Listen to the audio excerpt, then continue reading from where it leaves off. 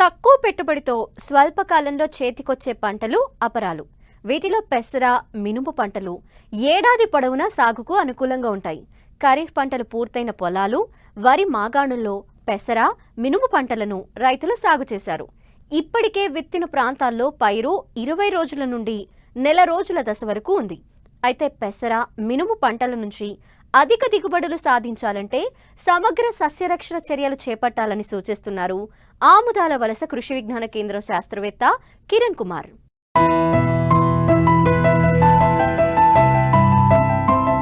పెసర, మినుము పంటలను వర్షాధారంగా నీటిపారుదల కింద 3 కాలాల్లోనూ రైతులు సాగు చేస్తుంటారు. అంతేకాదు ఏక పంటగాను, అంతర పంటగాను సాగు చేసుకునే వెసులుబాటు ఉంది. అందుకే చాలామంది రైతులు రబీలో పెసర, మినుము పంటలను సాగు చేశారు.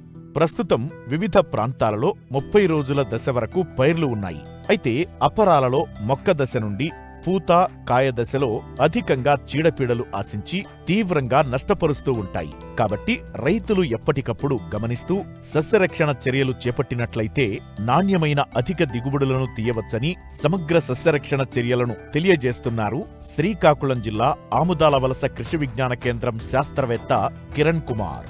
ప్రస్తుతం మనకి ఈ నవంబర్ 15 నుంచి నవంబర్ 20 లోపు పెసర, మినుము పంటలు అనేవి రైతు సోదరులందరూ కూడా వెదజల్లడం జరిగింది. ఉరికాల మీద కానీ ఇలా దున్ని జల్లం కానీ కూడా జరిగిపోయింది. సో ఆ టైంలో వేసినటువంటి ఈ పెసర, మినుము అనేది ప్రస్తుతం ఒక నెల రోజుల పంట కాలం కలిగి ఉంది. కాబట్టి పెసర, మినుముకి ఎరువుల విషయానికి వచ్చినట్టయితే ఈ పెసర, మినుము రెండు కూడా లెగ్యూమినేసి జాతికి చెందినవి. కాబట్టి దీనికి నత్రజని తాలూకు వినియోగం అనేది చాలా తక్కువగా ఉంటుంది. ఎందుకనంటే ఈ పెసర, మినుము రెండూ కూడా వాటి తాలూకు వేరుబొడుపుల సహాయంతో మనకి వాతావరణంలో ఉన్నటువంటి నత్రజనిని తీసుకొని నేలలో స్థిరీకరించి వాటిని ఉపయోగించుకోవడం జరుగుతుంది. అందువల్ల దీనికి నత్రజని తాలూకు వినియోగం అనేది చాలా తక్కువగానే ఉంటుంది.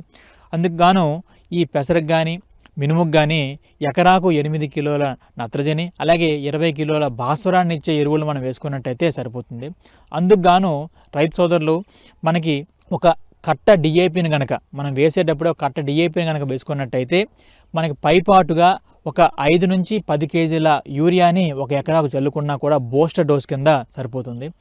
అలాగే దీంట్లో సస్యరక్షణ విషయానికి వచ్చినట్టయితే ప్రధానంగా మనకి చిత్తపురుగులు, అలాగే ఈ తామర పురుగులు, తెల్లదోమ, పచ్చదోమ, అలాగే పేనుబంక, అలాగే ఎక్కువగా మారుకా మచ్చల పురుగు పంటను ఆశించి నష్టపరుస్తూ ఉంటుంది. ఈ రసం పీల్చే పురుగులన్నీ కూడా ఆకుల తాలూకా అడుగు భాగాన, అంటే మొక్క తాలూకా ఆకుల అడుగు భాగాన చేరి ఈ మొక్క నుంచి రసాన్ని పీల్చేయడం జరుగుతుంది. అలా రసాన్ని పీల్చేయడం వలన ఈ పచ్చగా ఉండే మొక్క కాస్త కూడా పాలిపోతుంది. పాలిపోయి పసుపుగా మారిపోయి క్రమేణా మొక్క అనేది ఎండిపోవడం కూడా జరుగుతుంది. అలాగే ఈ పేనుబంక విషయానికి వచ్చినట్టయితే ఈ పేనుబంక అనేది ప్రధానంగా కూడా ఏవైతే ఈ మొక్క తాలూకా లేత భాగాలు ఉంటాయో, అంటే కొత్త ఆకుల కింద చేరి అక్కడ దాని నుంచి రసాన్ని పీల్చడం వలన ఏమవుతుందంటే క్రమేణా ఆ మొక్క ఆకు పరిమాణం కూడా తగ్గిపోయి మొక్కలనే ముడతలు కూడా రావడం జరిగిపోతుంది. ఈ రసం పీల్చే పురుగులు మొక్కని పరోక్షంగా ఈ వైరస్ తాలూకా వ్యాధుల్ని వ్యాప్తి చెందడం కూడా మనకి ఇది ఉపయోగపడుతూ ఉంటుంది. ఈ పురుగులన్నీ కూడా దాంట్లో ప్రధానమైనవి ఈ తామర పురుగుల వల్ల తలమాడు తెగులు అనేది మనకి సంక్రమిస్తూ ఉంటే ఈ తెల్లదోమ వల్ల మనకి పల్లాకు తెగులు అనేది ఒక మొక్క నుంచి ఒక మొక్క వ్యాప్తి చెందుతూ ఉంటుంది. అలాగే ఈ పేనుబంక వల్ల మనకి ప్రధానంగా ఈ కొత్తగా ఈ సీతాఫలం తెగులు అంటాం. అంటే మొక్కలు అనేవి ఆకులు అనేవి చాలా పెద్దగా అయిపోయి దాని మీద బొబ్బర్లాగా వస్తూ ఉంటుంది. దాన్ని బొబ్బర తెగులు అని కూడా అంటూ ఉంటారు. అందుకే దాన్ని సీతాఫలం తెగులు. ఈ సీతాఫలం తెగులు అనేది పేనుబంక అనేది ఒక మొక్క నుంచి ఒక మొక్కకి వ్యాప్తి చెందిస్తూ ఉంటుంది. సో ఈ అన్ని రకాల రసం పీల్చే పురుగుల్ని కూడా మనం నివారించాలంటే ముందుగానే విత్తన శుద్ధి చేసి మనం విత్తనం విత్తుకోవచ్చు. అలాగే రెండోది పైపాటుగా మొక్కల మీద మనం డైమెథోయేట్ అనే మందుని 2 మిల్లీలీటర్లు 1 లీటర్ నీటి కలిపి పిచికారీ చేయడం, లేదా ఇమిడాక్లోపిడ్ అనే మందుని 0.4 మిల్లీలీటర్లు 1 లీటర్ నీటి కలిపి పిచికారీ చేయడం, లేదా థయామిథాక్సోమ్ అనే మందుని 0.2 గ్రాములు 1 లీటర్ నీటి కలిపి పిచికారీ చేసి కూడా ఈ రసం పీల్చే పురుగులన్నింటినీ కూడా మనం సమర్థవంతంగా అరికట్టవచ్చు.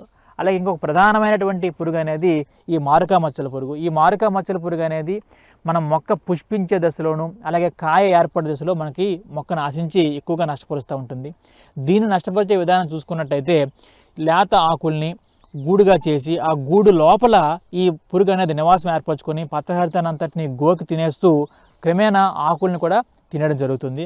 అలాగే దీని తాలూకు ఉధృతి పెరిగి పూత దశలో కూడా దీనికి మనకు మొక్కకి ఆశించినట్టయితే ఈ పూతని అలాగే కాయల్ని కూడా గూడుగా చేసి కాయలో ఉన్న గింజలను కూడా మనం తినేయడం జరుగుతుంది. దీనివల్ల మనకు అధికంగా నష్టం కూడా వాటిల్లో అవకాశం ఉంటుంది. కాబట్టి ఈ మారుకా మచ్చల పురుగుని అంటే ఆకు గూళ్ళు కట్టడం మనం ఎక్కడైనా గమనించినట్టయితే పొలంలో మనం ఇమీడియట్గా ఈ ఇమామెక్టిన్ బెంజోయేట్ అనే మందుని 0.4 గ్రాములు 1 లీటర్ నీటి కలిపి పిచికారీ చేయడం, అలాగే స్పైనోసాడ్ అనేది 60 గ్రాములు 1 ఎకరాకు మనం 200 లీటర్ నీటిలో కలిపి పిచికారీ చేసినట్టయితే దాన్ని కూడా మనం సమర్థవంతంగా అరికట్టగలుగుతాం.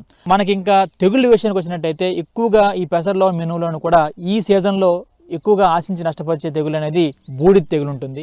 ఈ బూడిద తెగులు విషయానికి వచ్చినట్టయితే రాత్రిపూట ఉష్ణోగ్రతలు అనేవి పడిపోవడం, అలాగే పొద్దున పూట మంచు అనేది పట్టడం జరుగుతున్నప్పుడు ఈ బూడిద తెగులు ఎక్కువగా ఆశించి పంట నష్టపరుస్తూ ఉంటుంది.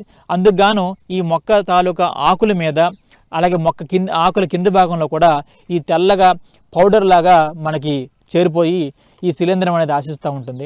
దాని నివారణకు మనం ఎక్కువగా కూడా నీటిలో కరిగే గంధకాన్ని 3 గ్రాములు 1 లీటర్ నీటి కలిపి పిచికారీ చేయొచ్చు. అలాగే ప్రొపికొనజోల్ అనే మందుని 1 మిల్లీ లీటర్ 1 లీటర్ నీటి కలిపి పిచికారీ చేయొచ్చు. అలాగే హెక్సాకొనజోల్ అనే మందుని 2 మిల్లీ లీటర్లు 1 లీటర్ నీటి కలిపి పిచికారీ చేయొచ్చు.